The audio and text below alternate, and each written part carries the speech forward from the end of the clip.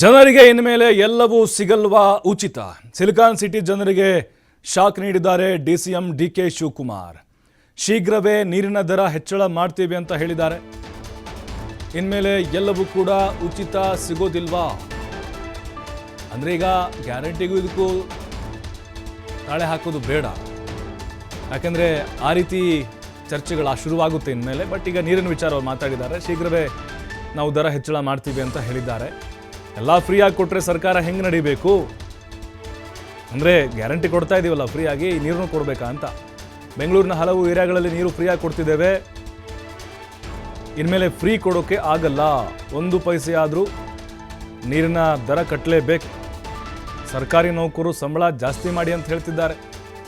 ಎಲ್ಲ ಸರಿದೂಗಿಸ್ಕೊಂಡು ಹೋಗ್ಬೇಕಲ್ವಾ?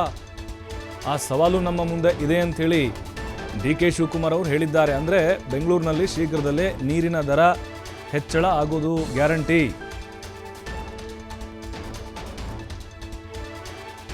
ಹಾಗಾಗಿನೇ ಈಗ ಡಿ ಕೆ ಶಿವಕುಮಾರ್ ಅವರ ಹೇಳಿಕೆ ಬೇರೆ ಬೇರೆ ರೀತಿಯಲ್ಲಿ ಚರ್ಚೆ ಆಗ್ತಾ ಇದೆ. ಗ್ಯಾರಂಟಿಗಳನ್ನ ಫ್ರೀ ಕೊಡ್ತಾ ಇದ್ದಾರೆ. ಗ್ಯಾರಂಟಿಗಳನ್ನು ಕೊಡ್ತಾ ಇರೋದ್ರಿಂದಾಗಿ ಬೇರೆ ಬೇರೆ ಅಭಿವೃದ್ಧಿ ಕೆಲಸಗಳಾಗ್ತಾ ಇಲ್ಲ, ಖಜಾನೆಯಲ್ಲಿ ದುಡ್ಡಿಲ್ಲ, ಎಲ್ಲ ಅದಕ್ಕೆ ಹೋಗ್ತಿದೆ ಸಿಂಹಪಾಲು ಅನ್ನುವಂಥದ್ದು ಆರಂಭದಿಂದಲೂ ಕೂಡ ವಿರೋಧ ಪಕ್ಷಗಳು ಮಾಡ್ಕೊಂಡು ಬರ್ತಾ ಇರುವಂತಹ ಟೀಕೆಗಳಾಗಿದೆ. ಅದರ ಬೆನ್ನಲ್ಲೇ ಡಿ ಕೆ ಶಿವಕುಮಾರ್ ಎಲ್ಲನೂ ಫ್ರೀಯಾಗಿ ಕೊಟ್ಬಿಡೋಕ್ಕಾಗತ್ತಾ, ಈ ರೀತಿ ಹೇಳಿಕೆ ಇದೆ ಅಲ್ವಾ? ಇದು ಕೂಡ ಒಂದು ರೀತಿಯಲ್ಲಿ ಸರ್ಕಾರವನ್ನ ಆರ್ಥಿಕ ಆ ಒಂದು ಜವಾಬ್ದಾರಿಯನ್ನು ಸರಿದೂಗಿಸುವಂಥ ಒಂದು ಹೇಳಿಕೆ ಆಗಿರ್ಬೋದು. ಆದರೆ ಜನಸಾಮಾನ್ಯರಿಗೂ ಕೂಡ ಇದೊಂದು ರೀತಿ ಹೊರೆ ಆಗುತ್ತೆ. ಪೈಸಾ ಬಟ್ ಎಲ್ಲ ಬಡವರು 1 ಪೈಸಾರು ಕೊಡ್ಲಿ ಅಂತ, ಜಾಸ್ತಿ ಕೊಡದಿದ್ರು ಕೂಡ 1 ಪೈಸಾ, 1 ಲೀಟರ್ಗೆ 1 ಪೈಸಾರು ಕೊಡ್ಲಿ ಅಂತ. 1 ಪೈಸೆ ಜಾಸ್ತಿ ಇಲ್ವಲ್ಲ, ಲೆಕ್ಕಕ್ಕೆ ಬರಲಿ ಅಂತ ಸುಮ್ಮನೆ ಓಪನ್ ಮಾಡ್ಬಿಡ್ತಾರೆ. ಅಲ್ಲಿ ಫ್ರೀ ಇದು ಅಂದ್ಬಿಟ್ಟು ಸ್ಲಮ್ಗೆ ಅಂದ್ಬಿಟ್ಟು ಅಲ್ಲಿಂದ ಒಳಗಡೆ ಹಾಕೊಂಡು ಹೋಟ್ಲು ಅಂತ ತಗೋತಾ ಇರ್ತಾನೆ, ಅಂಗಡಿಯನ್ನು ತಗೋತಾ ಇರ್ತಾನೆ. ಇಂಥವೆಲ್ಲ ಬೇಕಾದಷ್ಟೆಲ್ಲ ನಮಗೆ ದಾಖಲೆಗಳೆಲ್ಲ ತಂದಿದ್ದಾರೆ ಅವರೆಲ್ಲ. ಏನಿಲ್ಲದೆ ಹಂಗೆ ಎಷ್ಟು ದಿನ ಫ್ರೀಯಾಗಿ ನಡ್ಸಕ್ಕಾಗ್ತಾ ಇಲ್ಲ. ಸಂಬಳಗಳು ಕೊಟ್ಟಿಲ್ಲ ಅಂತ ಜಗಳ ಮಾಡ್ತಾ ಇದ್ದಾರೆ, 1 ಕೋಟಿ ಸ್ಯಾಂಕ್ಷನ್ ಮಾಡಿಲ್ಲ ಅಂತ ಜಗಳ ಮಾಡ್ತಾ ಇದ್ದಾರೆ. ಬಟ್ ಎಲ್ಲ ಬಡವರು 1 ಪೈಸಾರು ಕೊಡ್ಲಿ ಅಂತ, ಜಾಸ್ತಿ ಕೊಡದಿದ್ರು ಕೂಡ 1 ಪೈಸಾ, 1 ಲೀಟರ್ಗೆ 1 ಪೈಸಾರು ಕೊಡ್ಲಿ ಅಂತ.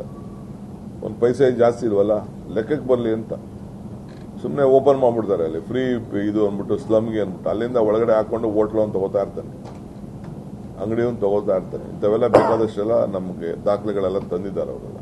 ಏನಿಲ್ಲದೆ ಹಂಗೆ ಎಷ್ಟು ದಿನ ಫ್ರೀಯಾಗಿ ನಡ್ಸಕ್ಕಾಗ್ತಾ ಇಲ್ಲ. ಸಂಬಳಗಳು ಕೊಟ್ಟಿಲ್ಲ ಅಂತ ಜಗಳ ಮಾಡ್ತಾ ಇದ್ದಾರೆ, 1 ಕೋಟಿ ಸ್ಯಾಂಕ್ಷನ್ ಮಾಡಿಲ್ಲ ಅಂತ ಜಗಳ ಮಾಡ್ತಾ ಇದ್ದಾರೆ. ಬಟ್ ಎಲ್ಲ ಬಡವರು 1 ಪೈಸಾರು ಕೊಡ್ಲಿ ಅಂತ.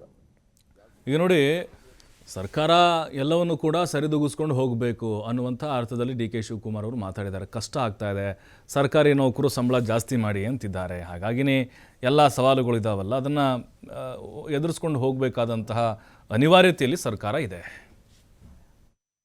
ನಮಗೆ ದಾಖಲೆಗಳೆಲ್ಲ ತಂದಿದ್ದಾರೆ ಅವರೆಲ್ಲ.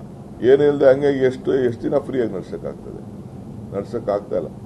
ಸಂಬಳಗಳು ಕೊಟ್ಟಿಲ್ಲ ಅಂತ ಜಗಳ ಮಾಡ್ತಾ ಇದ್ದಾರೆ, 1 ಕೋಟಿ ಸ್ಯಾಂಕ್ಷನ್ ಮಾಡಿಲ್ಲ ಅಂತ ಜಗಳ ಮಾಡ್ತಾ ಇದ್ದಾರೆ. ಬಟ್ ಎಲ್ಲ ಬಡವರು 1 ಪೈಸಾರು ಕೊಡ್ಲಿ ಅಂತ, ಜಾಸ್ತಿ ಕೊಡದಿದ್ರು ಕೂಡ 1 ಪೈಸಾ, 1 ಲೀಟರ್ಗೆ 1 ಪೈಸಾರು ಕೊಡ್ಲಿ ಅಂತ.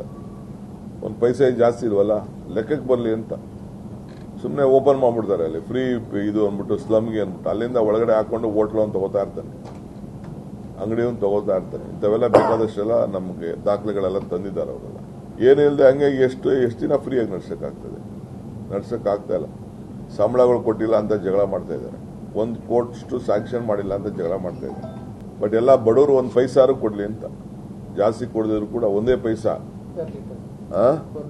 ಮತ್ತಷ್ಟು ಮಾಹಿತಿ ಗಣೇಶ್ ಹೆಗಡೆ ನೀಡ್ತಾರೆ. ಗಣೇಶ್ ಹೆಗಡೆ, ನೋಡ್ತಾ ಇದ್ದೀವಿ ನೀರಿನ ದರ ಏರಿಕೆ ಆಗುತ್ತೆ ಅನ್ನುವಂಥ ಒಂದು ಸುಳಿವನ್ನು ಕೊಟ್ಟಿದ್ದಾರೆ. ಅಂದರೆ ಈಗ ಡಿ ಕೆ ಶಿವಕುಮಾರ್ ಈ ರೀತಿ ಹೇಳಿಕೆ ಕೊಟ್ಟರೆ ಅದು ಸಹಜವಾಗಿಯೇ ಗ್ಯಾರಂಟಿ ಕಡೆಗೆ ವಾಲಿ ಚರ್ಚೆ ಆಗೋದು ಸಹಜ.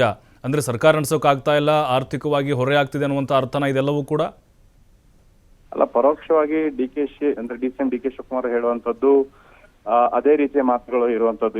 ಇವತ್ತು ಕಾವೇರಿ ಭವನ ಏನಿದೆ ಅದರಲ್ಲಿ BWSSB ಕಚೇರಿ ಇದೆ. ಕಚೇರಿಯಲ್ಲಿ ಅಧಿಕಾರಿಗಳ ಜೊತೆ ಡಿಸಿಎಂ ಡಿ ಕೆ ಶಿವಕುಮಾರ್ ಅವರು ಮಹತ್ವದ ಸಭೆಯನ್ನ ಮಾಡಿದ್ರು. ಮುಖ್ಯವಾಗಿ BWSSB ಸಾಕಷ್ಟು ಲಾಸ್ ಅಲ್ಲಿದೆ, 1000 ಕೋಟಿಯಷ್ಟು ನಷ್ಟ ಇದೆ.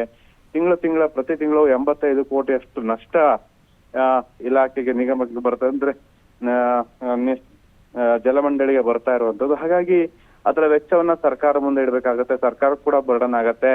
ಇದು ಅನಿವಾರ್ಯ ಅನ್ನುವಂತಹ ರಿಪೋರ್ಟ್ ಅನ್ನ ಅಧಿಕಾರಿಗಳು ಸಚಿವರಿಗೆ DCM ಅವರಿಗೆ ನೀಡಿರುವಂತದ್ದು. ಆ ಹಿನ್ನೆಲೆಯಲ್ಲಿ DCM ಅವರು ಹೇಳುವಂತ ಪ್ರಕಾರ ನಾವು ಪ್ರತಿ ಲೀಟರ್ಗೆ 1 ಪೈಸೆ ಅಂತಂದ್ರೆ ಆ ತರದ್ನಾರು ಕನಿಷ್ಠ ಅಷ್ಟಾರು ಹೆಚ್ಚಳ ಮಾಡ್ಬೇಕಾಗತ್ತೆ. ಆದ್ರೆ ನಾನೊಂದು ಇಂಟರ್ನಲ್ ರಿಪೋರ್ಟ್ ಅನ್ನ ರೆಡಿ ಮಾಡ್ಲಿಕ್ಕೆ ಅಧಿಕಾರಿಗಳಿಗೆ ಹೇಳಿದ್ದೀನಿ.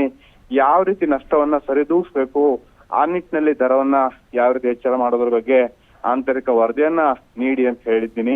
ಹಾಗಾಗಿ ಆ ಒಂದು ವರದಿಯನ್ನ ನೋಡ್ಕೊಂಡು ನಾವು ಅಂತಿಮ ತೀರ್ಮಾನವನ್ನ ಮಾಡ್ತೀವಿ ಅನ್ನೋಂಥದ್ದು DCM DK ಶಿವಕುಮಾರ್ ಅವರು ಹೇಳ್ತಾರಂಥದ್ದು.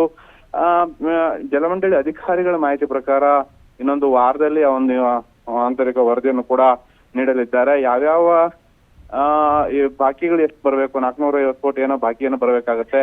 ಸರ್ಕಾರಿ ಕಚೇರಿ ಹೊರತಾಗಿ ಉಳಿದಂತಹ ಬೇರೆ ಬೇರೆ ವ್ಯಕ್ತಿಗಳೇನಿರ್ತಾರೆ, ಹಲವು ವರ್ಷಗಳಿಂದ ನೀರಿನ ಸಂಪರ್ಕವನ್ನು ಪಡ್ಕೊಂಡು ಅದನ್ನ ಬಿಲ್ಲನ್ನ ಪಾವತಿ ಮಾಡದೇ ಇರೋರು ಇರ್ತಾರೆ.